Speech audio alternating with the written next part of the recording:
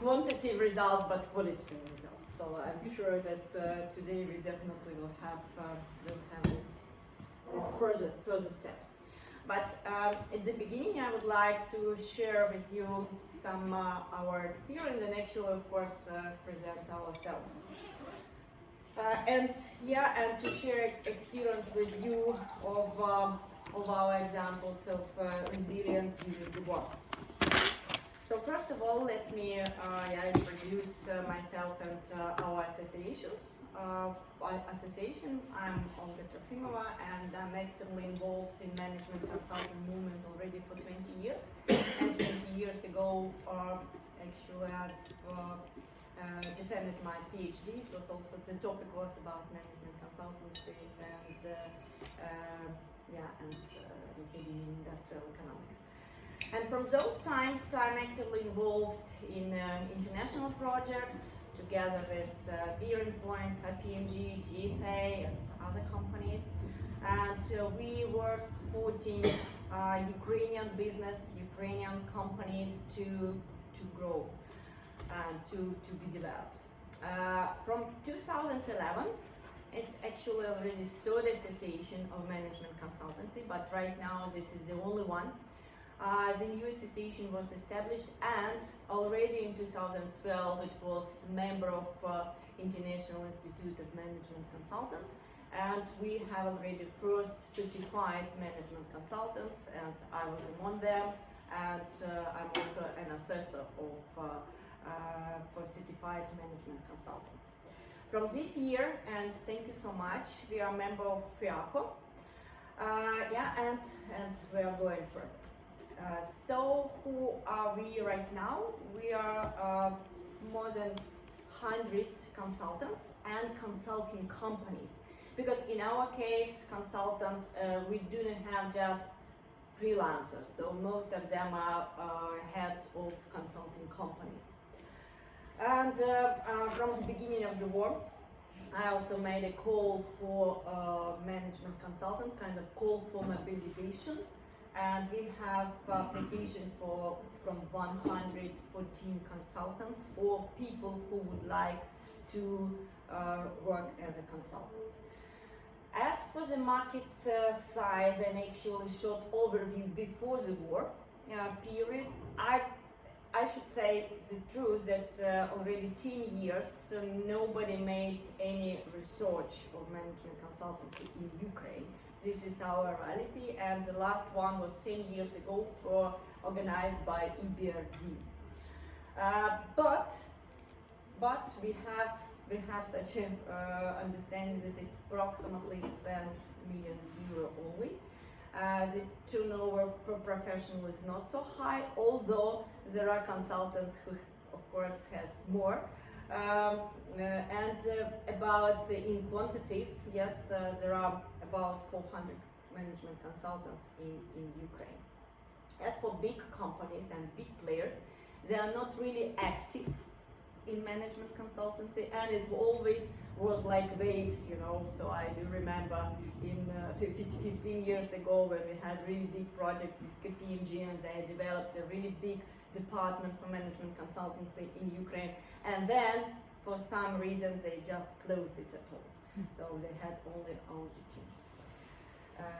So we do have some supporting projects, not a lot, and I also would like to stop on it in the end of my presentation. But what we had last year, and actually I'm a president already for 2 years, and in 2 weeks we will have elections, and we will see what will happen.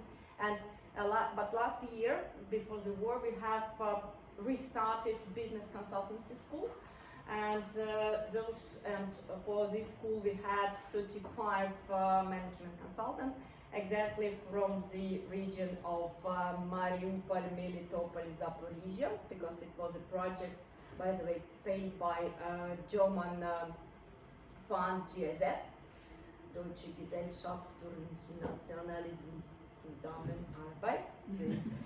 And on 23rd of February, we had kind of a common celebration of the closing of our project, because we had more than actually, yeah, we have twice, I think, better KPIs than it was expected from us. So we had 35 management consultants certified, and actually it was 400, approximately 400 consulting days. So it wasn't a small project with 6 modules and a lot of mentoring and coaching in between. And again, it was fulfilled fully by Ukrainian consultants. So all methodology, trainings, mentoring, coaching, everything was done by our consultants, and it was exactly final session. And next day, the war has started, and in spite of the fact that many of our consultants was from those territories, and we exactly, faced really situation which we didn't know how to overcome. We haven't stopped, and we proceed working. And this is the, from my point of view, it's really unique thing for whole Ukraine and for whole our society and business and consultants. Because the strange thing which we really didn't expect and really didn't realize, that a lot of newcomers, a lot of new consultants join our association and really become to work and to think what we could do together. We didn't have any projects, we didn't have any support, we didn't have actually anything to some money value, but as I told already, that Ukrainian people donated. There is only estimations of these figures, but donated maybe already 3 annual budget of Moldova for our military, and it was donation from our people. It was donation from our companies. So, and that's why everybody was volunteering, and we as a consultancy, we understood that we will be volunteering for our small and medium companies development. So we have started from a volunteering project of research and understanding the needs, the first needs of the companies, and it was in April. And then we have initiated the project with GIZ, because we have just finished the previous one. We have initiated the project of supporting of small and medium enterprise. And at the same time, we have initiated the volunteering project for webinars, providing some kind of information and gathering together small and medium enterprises and and giving them some webinars, some information about what to do in crisis situation. And actually it was not lecturing, it was mostly discussions how to do. But it was needed. It was exactly what was needed in the beginning of the war. And again, the situation what is happened 9 months ago, and how business reacted, how people reacted. We understood that, of course, it's not 100% of our population with such a reaction, but still, those who did it, we did a lot of things. In our project, business development services provided to Ukrainian SME in crisis due to the ongoing war. This is the name of the project. We have 508 applications from small and medium enterprises. So these applications, which were filled by themselves, and I do remember some months ago when I was also explaining to my Austrian colleagues about the project, they asked me, Olga, so which norms do you have? How many clients each consultant should bring to the project? I said, we don't have such a norms at all. So we do have information, we do have communication through our all possible channels, and companies come by themselves. Not consultants bring them, no, companies, because it's really needed, and it's really what we are doing. Some meat about the project. So the project have started in April, and this is the last week, so we are finishing. And today I had a meeting already with our consultants, and we already closing. We have summarizing the results, which again exceed expectations of GIZ, exceed expectations of all possible KPIs, which were at the beginning. And actually at the beginning, it was the beginning of the war. Nobody could put any KPIs. They asked me, Olga, what you could promise, what we should put in your contract. So at the end we have we have started, of course, from standardization of our services, because it was kind of, I will show you, it was kind of Uber consulting, Uber emergency consulting services. And we do have 500 small and medium enterprises. Of course, not all of them came until the end of the project, until the end of this short service supporting. But still, they applied and they came through. We have 70 consultants and 1,600 consulting days. So this is some figures behind, and of course we have a lot of success stories which we publish almost every week, and we have very good feedback from our clients. For example, right now there is also short kind of audit or results research from GIZ part, and they do have it, that all companies really need such a kind of project. As for deviation for services, actually we do have this graph for the half of a year, for the whole project, but we also could see the tendency, because at the beginning of the project, and actually the beginning of the war, all companies were thinking about sales and marketing, because those times, internal market just came down, But then they start thinking in the beginning of the summer. They start thinking about strategic thinking, about the reformulation of their business models, about adaptation of their business models, about new product development, something like this. And of course, some operational consulting was needed those times. People in change was continuously, going at the same level, I would say, from the beginning of the project. And of course, fundraising and finance. But again, even fundraising and finance management was sometimes very requested, sometimes not at all. So and again, we were working from, on demand. We were not pushing. Even we were having pool of consultants, and of course each of them profilized somehow, because we have a profile to each consultant, and it was digitally, matchmaking what we did for the project. But again, we were not pushing clients, we were really working on demand. And this is our look of our consultancy project, of which we have. Again, so we have started from mobilization of our consultants, and we had a pool of consultants, and it also was done digitally, digitally. So we just disseminating information, and people who really thought that they would like to support our small and medium enterprises, they joined the project.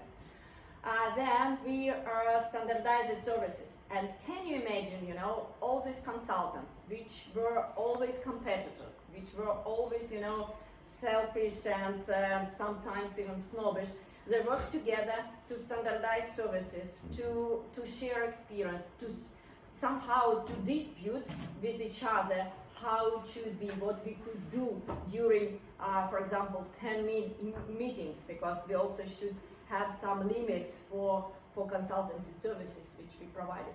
So we have these teams. So it was five teams, one of marketing and sales, another one of HR development, the third one finance and fundraising, the fourth one operational management, and the fifth one digitalization. And each team were working together to standardize their services and to develop, somehow to develop this these products for people. It was at the beginning. And then when we start already such a kind of campaign and involving small and medium enterprises to our project, this group of consultants proceed to work. So they will never belong to the same company. They will never work together, but they proceed to work together on a basis of needs of small and medium enterprises. So they really were working together to find the best solution, to find the best way how to survive for this company or how to deliver these consultancy services. This is exactly what we worked on, and actually we decided that we will proceed in such a way to work further. Of course, when we had these companies, and we have ongoing process, so we didn't make it like in traditional consulting projects. So we had this application from small and medium enterprises from June till the end of September. And it means that they come, receive their consulting services, feedback, and go. And it happened with all these 500 enterprises. So it was ongoing process. So of course we had eligibility check. We even cooperate with the state service state organization. It's DIA Business and Export Promotion Office who support us not only in communication but also they did eligibility check of companies according to their actual belonging to doing business with Russian and Belarusian companies.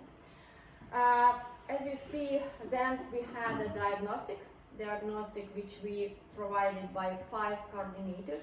These 5 coordinators, they were exactly diagnostists, yes, and responsible for the company and what exactly is needed. Because sometimes company apply for one service, but during half an hour discussion, we understand that better maybe to provide something else. So we confirm it, and after the diagnostic, we did this matchmaking.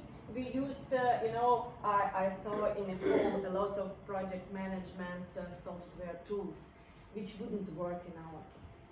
But in our case, Trello boards, Jira, and Kanban boards worked perfectly because we exactly. Otherwise, not agile project management wouldn't work. Because in this case, we had not only clients not difficult to plan, but also consultants, also resources.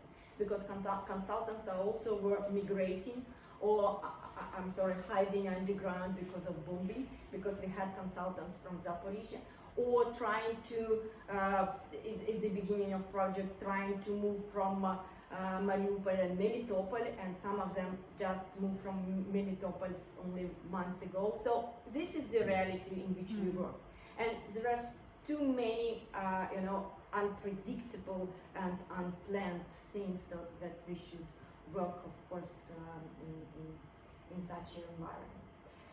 After matchmaking, of course, we were providing services. It was mostly online, of course, with usage of all these modern techniques with mirror boards and other stuff.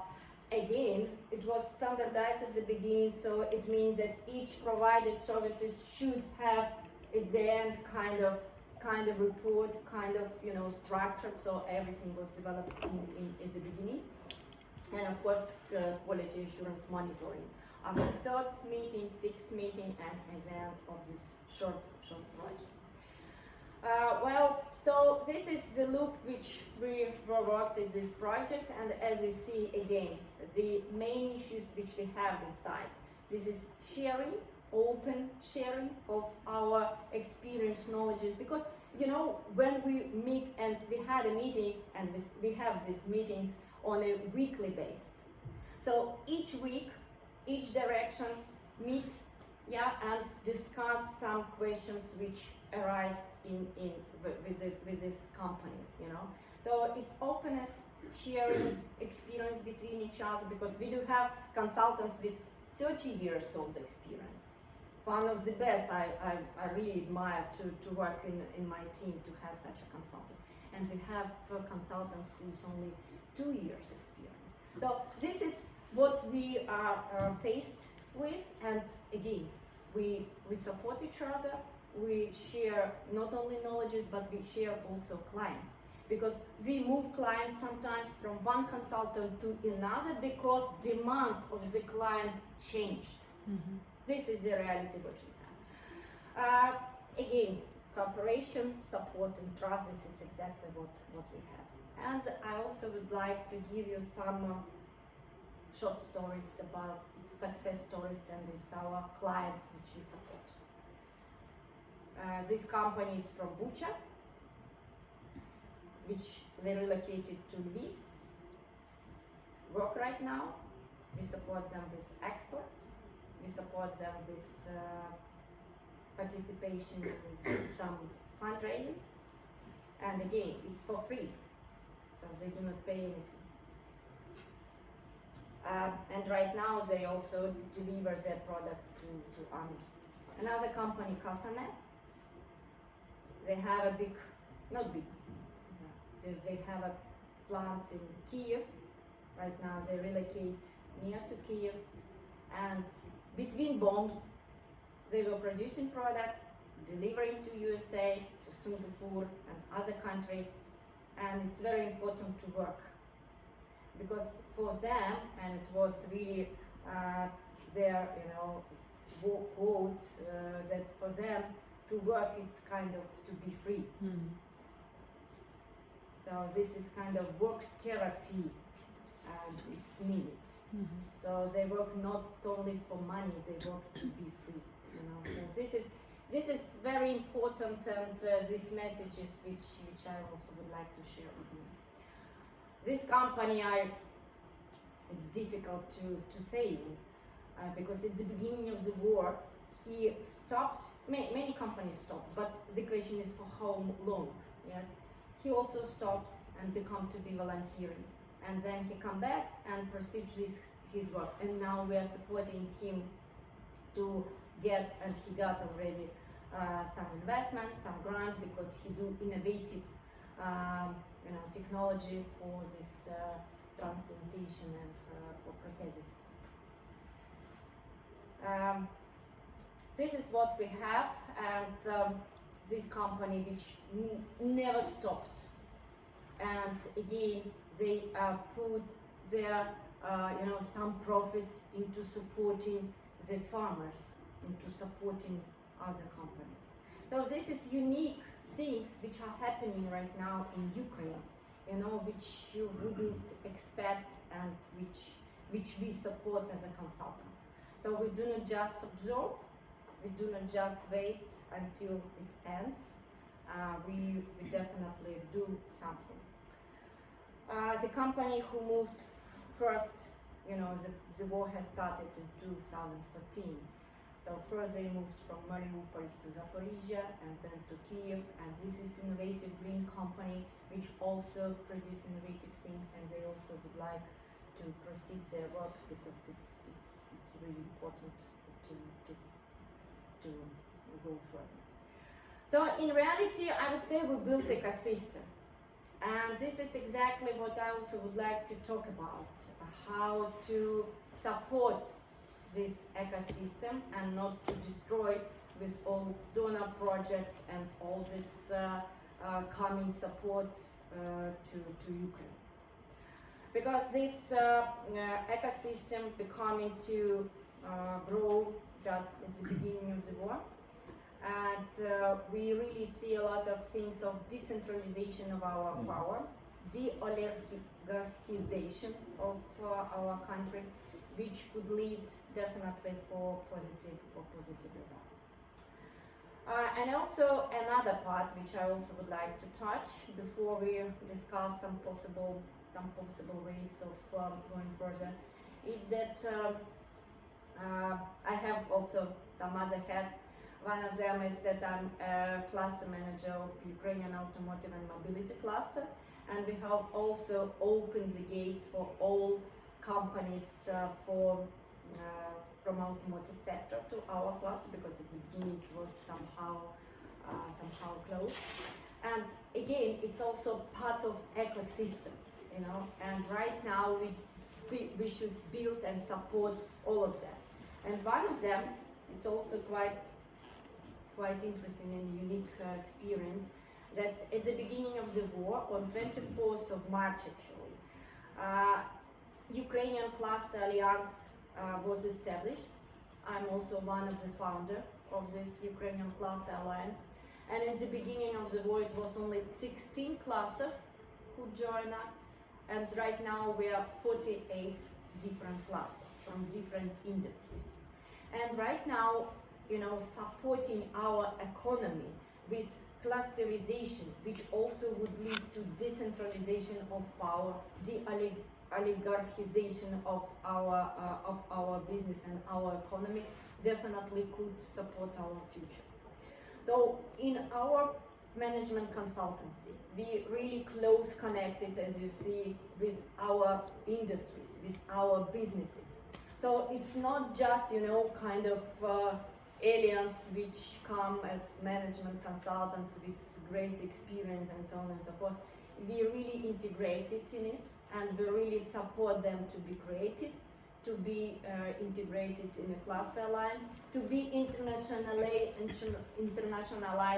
in a further markets, right?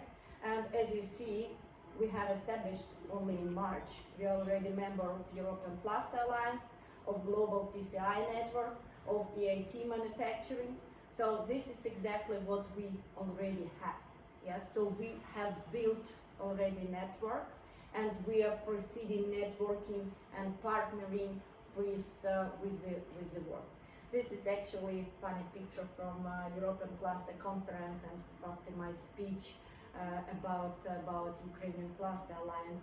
But again, the main message is, we are not a small company. We could not be perceived by European Union as Kosovo.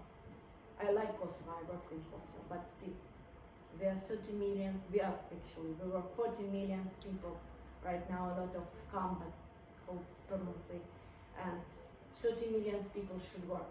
We have really high R&D potential. We have big manufacturing, you know, potential. So we definitely should not be, you know, think discovered as a different way. And of course, what we do see on a level human to human, that whole world support us, and thank you for that. So our turn is to bring it to the level business to business, to the level government to government, you know. So, and this is exactly, I think, that consultancy as a really big players in it shouldn't be separate, shouldn't be just observers or sharks for some projects and money which will come from EU and other sources. So again, our message and our mission is really not to destroy ecosystem, but to build it again with this DNA of trust, openness, this cooperation and networking level, which it is, you know, again, which is existing right now. But the situation is that, again, right now we have some different projects, not some, like a lot. And next year we are waiting for much more. But the experts, more or less the same. The companies, more or less the same. The content is also more or less the same. And what we do see, that the problem which we have are not, you know, managed and supported together by external donors, external projects, but vice versa. It's trying to, you know, to compete between each other, to compete for experts, local experts, to compete for companies which should be supported even for free, but it's also already competition between them, and for the content. this is what is happening in GIZ, which even inside GIZ they, I think, compete already between each other, between projects. This is what is happening with other projects, and I'm not pretty sure if they communicate between each other. I mean, this GIZ, USAID, and other donor companies which are coming, donor organizations. So that is why I would like to bring it to our table, to our discussion. I'm not sure if I met expectation about it, but it's really important for us, and my feeling is that you exactly could be supportive in this thing. Of course, we could, and we would be really happy if you support us in some other small things which we start to discuss. It is important. I wouldn't refuse any kind of. But if there is any chance to put it on a bigger level, on a higher level, on a bigger table, it would be great. Because next week I will be in SME assembly with DG Grow. We also will talk about it in the level of European Commission, and we should discuss it. You know? So it's, otherwise it would be really not really those things which all of us expect. Because I'm sure you also expect us to be partners, to be reliable partners, and not just kind of country which is sourcing your funds. And we actually also perceive ourselves like this. So thank you so much for your attention. And Matthias, let us start. No, thank you, Olga. And I think it's amazing what still is possible in the Ukraine, and also how the solidarization